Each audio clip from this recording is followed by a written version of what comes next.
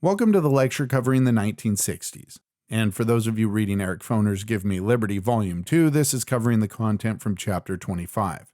Now, the 1960s were a turbulent time in American history. Not only did the Cold War turn very hot in the conflict in Vietnam, but also there were a lot of social and cultural revolutions unfolding in the United States, where people were challenging the meaning and boundaries of American freedom.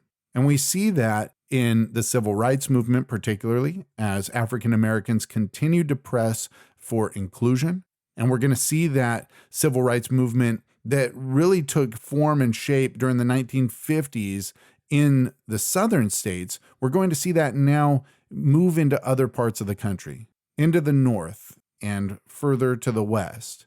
And we're going to see that there are some major victories scored in Washington by the civil rights movement, beginning under John F. Kennedy, and then really culminating under the presidency of Lyndon B. Johnson, who pushed forward through Congress both the Civil Rights Act of 1964, which banned discrimination in public places and banned discrimination in employment, but also in the Voting Rights Act of 1965, which really was meant to enforce the 15th Amendment and do away with many of these practices at the polls that southern states had rolled out to prevent blacks from having equal access to the vote.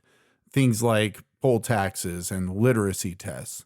And so the Voting Rights Act of 1965 was another great achievement coming out of the civil rights movement. But as the civil rights movement moves to the north and moves to the west, and it really starts to be taken on by blacks living in urban areas, in ghettos, we're going to see that it also starts to change in shape as well. And we're going to see Malcolm X and the Black Panthers, just to name a couple of key leaders and organizations, change the narrative of the civil rights movement to one of militant activism. And we'll see how the civil rights movement gave birth to other social movements or social revolutions, if you will, like the women's rights movement or feminist movement and the gay rights movement.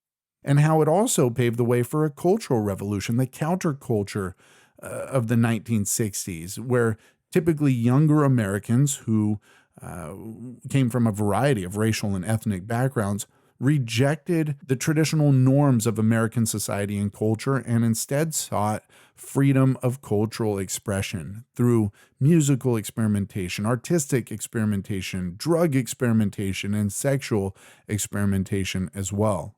We'll examine how Kennedy's foreign policy initiatives and Lyndon Baines Johnson's and Nixon's foreign policy initiatives shaped events like the Cuban Missile Crisis and particularly the Vietnam War.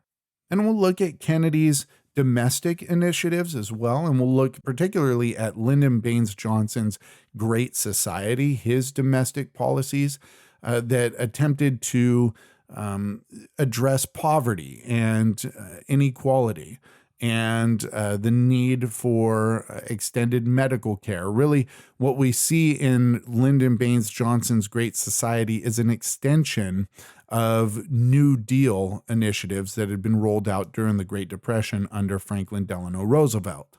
And of course, we can't talk about the 1960s, and in particular about John F. Kennedy, without addressing one of the most significant events in American history, an event that, since its occurrence, has attracted so much debate, and where the official narrative, the official record of what took place has attracted so much doubt, to the point where 50 years later, 60% of Americans would still not believe the official record of what transpired that day. And of course, we're talking about the assassination of President John F. Kennedy. And so we'll take a look at some research that's been done around that event.